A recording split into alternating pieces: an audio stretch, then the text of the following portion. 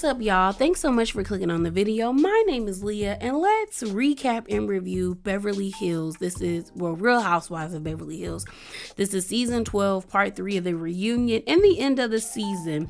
So I know I'm late.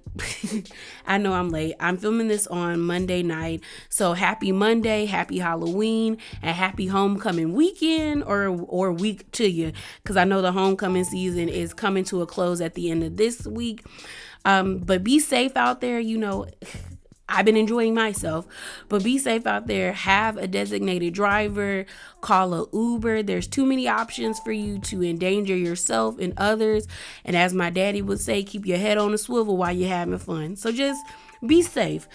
But this reunion or this review about the reunion is going to be different because honestly, y'all, I'm over everybody. Everybody is annoying me, from Kathy to Sutton, to Garcelle, to Kyle, to Dorit, to Lisa, to Crystal, to Andy. I'm just over it.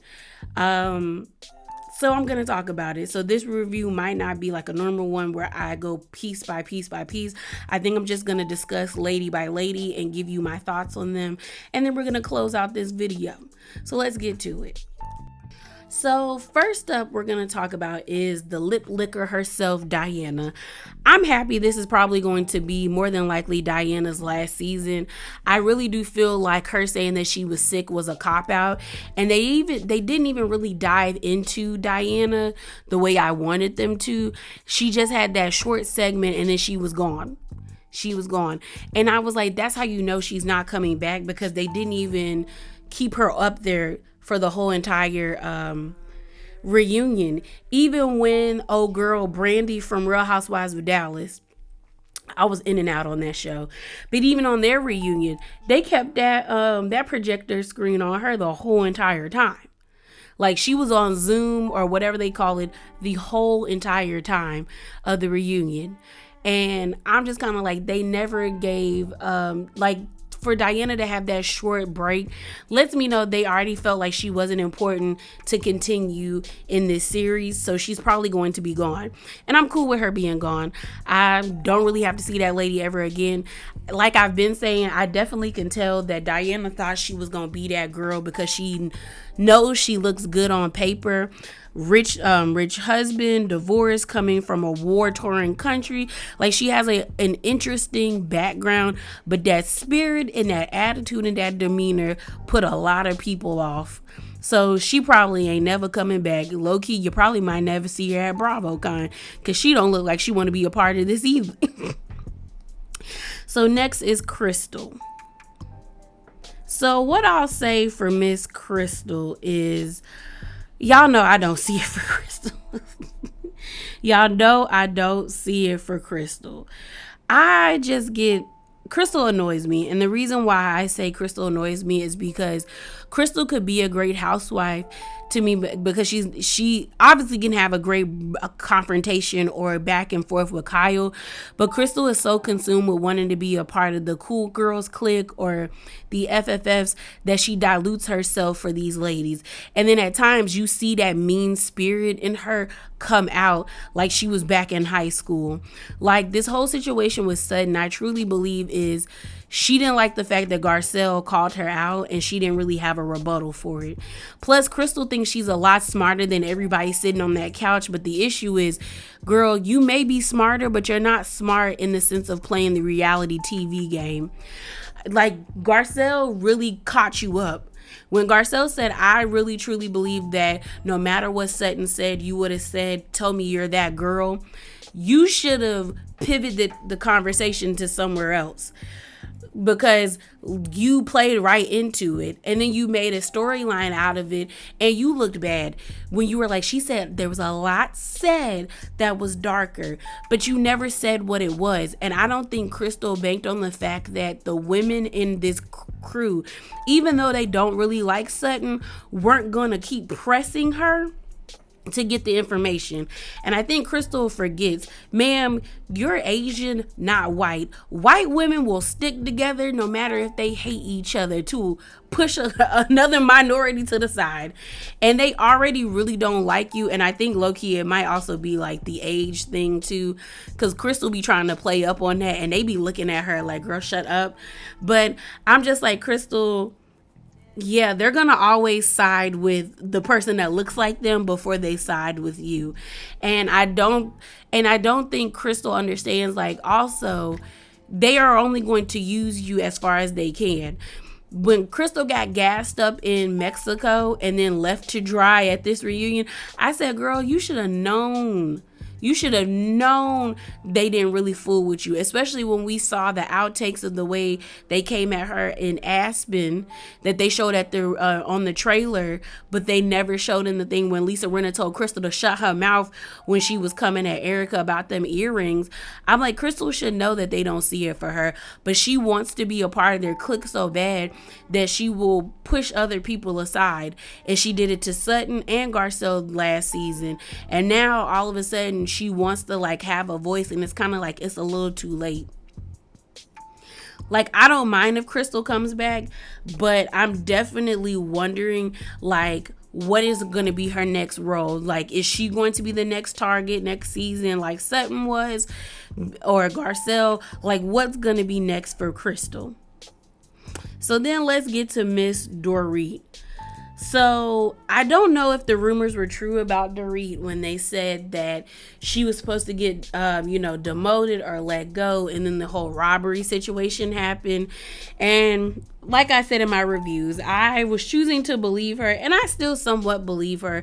I think there's a part of me that doesn't, but seeing her go through those emotions on stage when they were basically reliving what happened to her made me really believe, because I don't believe Dorit is that good of an actor. But I do feel like Dorit needs to step up. Either start feuding with the girls in the Fox Force 5, because when Dorit was arguing with Erica and Lisa, Dorit was that girl. Dorit was that girl because she gave us fashions. Dorit is pretty to look at, and she had a slick mouth, and it was a good time. And then PK backing her up made it even better. So I need Dorit to either go back or really just wait for them to demote you, because that's what's going to happen. They're either going to demote Dorit or fire her, but I don't think she's going to get fired. Honestly, I think everybody's going to come back minus Diana, in all honesty. And they might add a new person, but I think Dorit just has to, like, you got to get back in the game, girl. You got to get back in the game. I need you to be slick mouth Dorit with the triple accents. You got to come back, sis. You got to come back, because we tired. We are tired. We're tired of it. So then Miss Sutton. So Sutton really didn't even say much throughout this whole entire reunion. And I was kind of shocked, but I don't know. I think Sutton was tired from the whole entire season, but I need Sutton to wake up too. I need Sutton to stop relying on the fact that a lot of people like her and she is kind of considered a fan favorite. And I need her to go back to being outspoken and saying how she feels and saying what she feels. Like last season, Sutton was it. And even the season before that, when people really didn't like Sutton, I even liked Sutton. When she told Teddy, like, oh my gosh, she's pregnant. That's so boring. Because Teddy is boring. Teddy just now got a personality where people are finding her more palatable. But we were like, oh my God, we don't want to see another pregnant woman on this show, because we get tired of y'all. So I need Sutton to get back to that. As well as, like, if she's going to ride for Garcelle or this friendship, she has to really ride for Garcelle.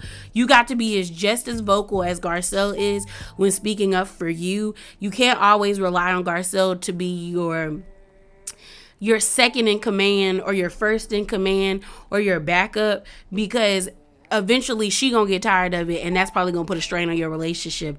So you got to step up. I did hear that Sutton did apologize to Garcelle at BravoCon for not really having her back at the reunion, and said and told her she was gonna start speaking up more, and really having her back. So hopefully she heeds those words and really puts action to them, because she need to wake up, girl. She needs to wake it all the way up.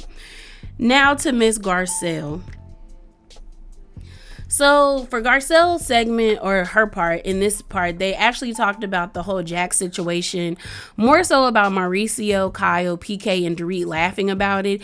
And honestly, it was disrespectful and it was nasty in all regards. Like, Portia and Jax are around the same age. I think Portia is like 13 or 14 and Jax is like 14 or like he's 14. So it's like, imagine Portia getting cussed out by Erica. Portia would have been cried.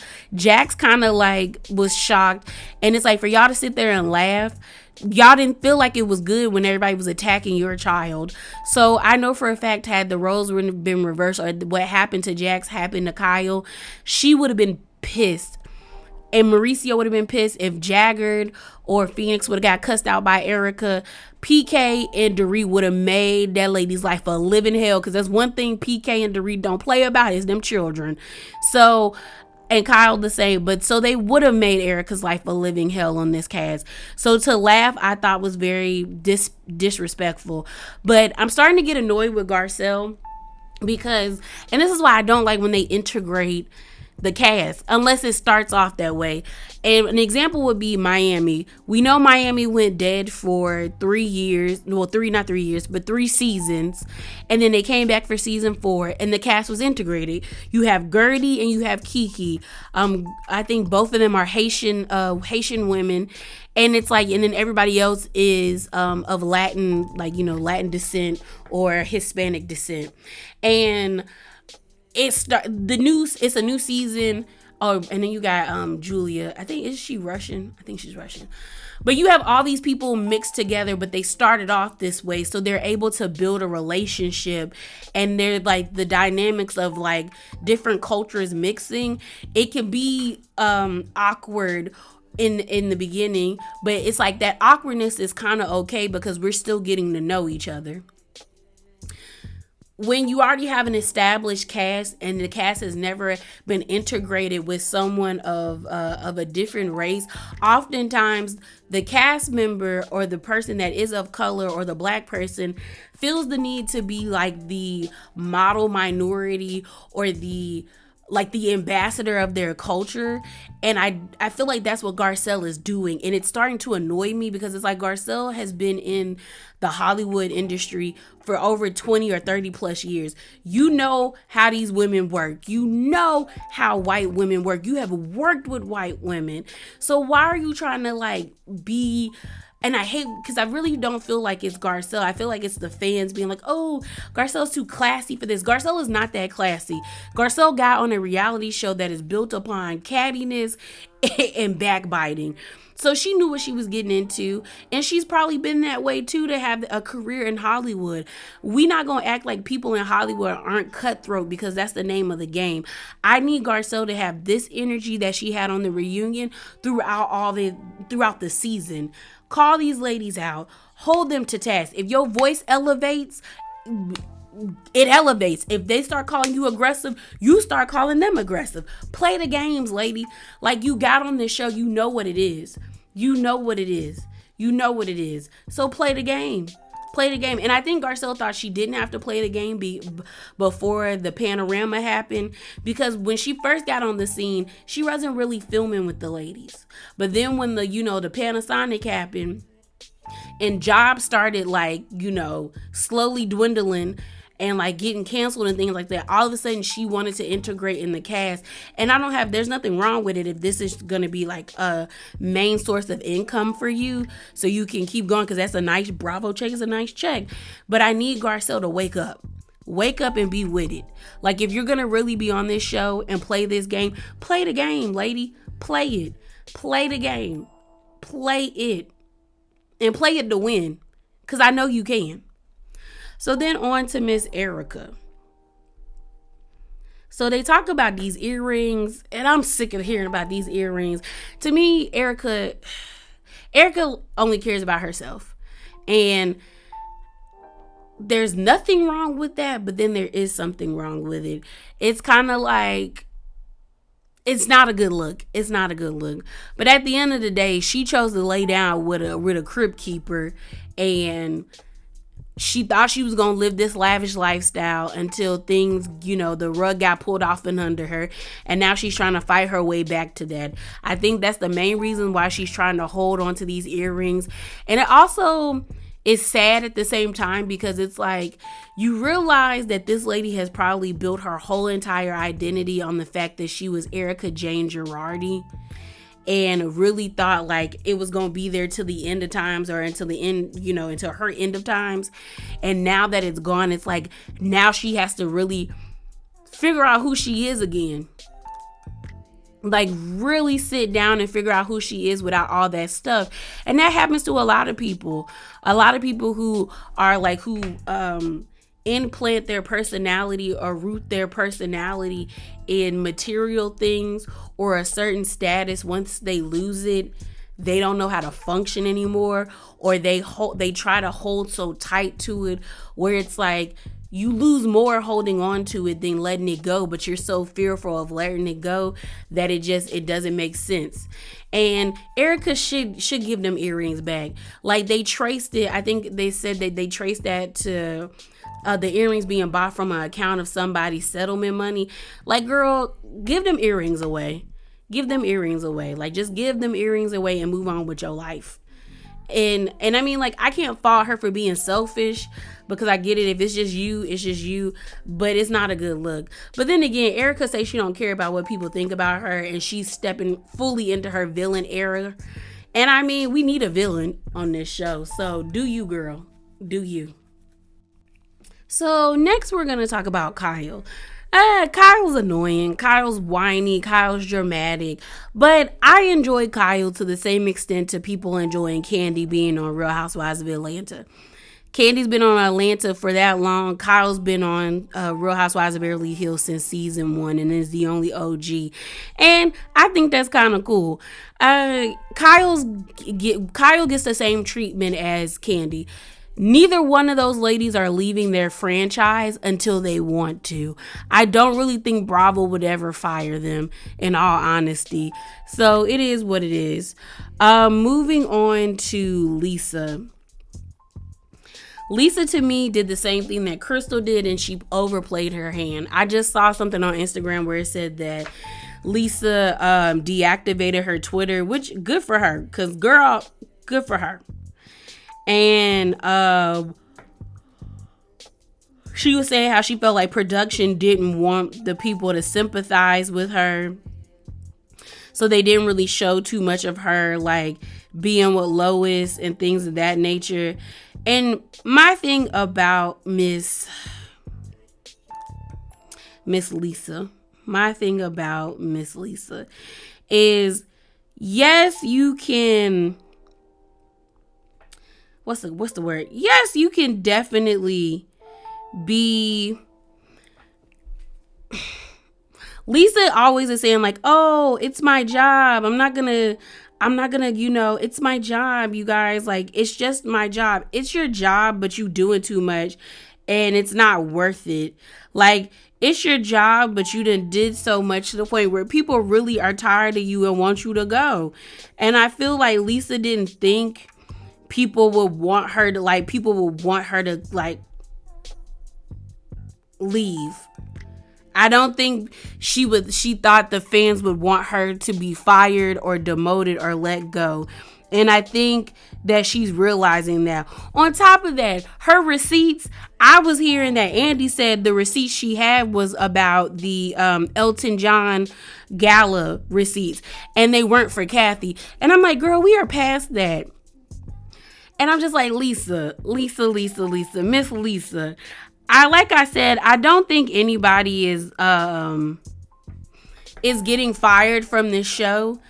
People enjoy this show. Y'all are like, oh, Lisa and Erica needs to go. Lisa and Erica aren't going anywhere because a lot of people like to get on this show and rag them and talk trash about them and drag them through the mud. And that still gives them views, which also gives them advertising dollars. Until the advertisers start saying, hey, we're not going to watch this show anymore unless you or not watch the show anymore. We're not going to promote our business or give you guys money anymore until you get rid of Lisa or get rid of Erica. They're not going anywhere. So that's that. I just feel like Lisa overplayed her hand. Lisa thought that like everybody was gonna go up for her for creating drama, because for a long time a lot of people did enjoy her for creating drama, but the situation and the issue is it's old now. It's old, and it's old because you don't hold everybody accountable the way you used to. And I keep saying that. When Lisa Rinna was telling everyone to own it, everybody could take her, even if they felt like she was being messy. But once she clicked up with the FFFs and you got cool with the Fox Force 5, you ended up like only targeting certain people, and that made you look like a hypocrite. So now it's like, no, lady, you own it. And nobody wants to see that. But if she really deactivated her Twitter, good for her. I feel like that's probably somebody tapped her on her shoulder and told her to go sit down somewhere and be quiet because the season is over. So shut up and let people miss you. So yeah. And on to this whole thing with Kathy. Because here's the thing. Everyone's saying that Kathy saved Beverly Hills. Shut up. Like, shut up. Like, Kathy ain't saved nothing. Honestly, I have been over Kathy since the beginning of this season, and well, honestly, since last year, because her whole hunky-dory persona is a facade. You see the real Kathy when you watch the Paris Hilton shows on Peacock. Like, Kathy is very like a regular person, but you can tell there's a cold demeanor there. Like, that is what Paris Hilton showcased on her documentary. Kathy seems to be very performative in how she wants to show up and show everybody how her family is the best, and she's cold. And I think, like a lot of people have speculated, Kathy got on this show to, shake up her persona or to shake up the image of what people thought of her. And the truth of the matter is, I believe some of the things that Lisa and Erica are saying. I do believe that Kathy probably did say the F word, and I do believe she probably did say something else derogatory. And the reason why I believe that is her sisters.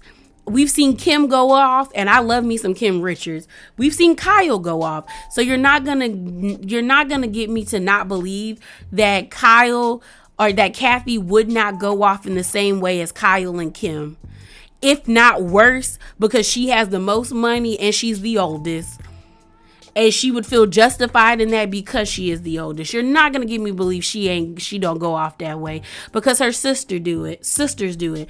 And low key, I know a lot of people didn't feel bad for Kyle, but I did. Seeing that lady sob throughout the whole entire reunion closer to the end, to the point where her eyes were bloodshot and her face was puffy, it was sad. And to see how cold that Kathy was to her, and I get it. Everyone's like, well, Kyle should protect her sister. Kyle should have stood up for her sister. Another sister she doesn't stand up for. Why are we acting like their relationships haven't been effed up from the beginning of season 1? A lot of people like to paint Kyle in this light of like, oh, she outed Kim's alcoholism. And she did. But Kim was just as nasty season 1. Like, they were going back and forth throwing insults. It wasn't just Kyle. And why are we trying to act like their sisterhood wasn't fractured before this show because of their mother? We know their mother used to pit them against each other. We know their mother sowed in jealousy, envy, and a competition and insecurity into their sisterhood. And y'all act like because they're grown adults, who you can definitely tell need to go sit down with Iyanla and really get to the root of their issues, but haven't done so, like they're going to be okay filming a reality show.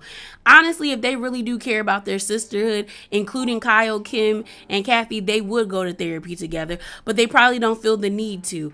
And The way Kathy dismissed Kyle crying when she's like, Kyle, you're not a martyr. And Kyle's not, because Kyle's always crying. But it came off real cold, and it came off like she always does that to Kyle.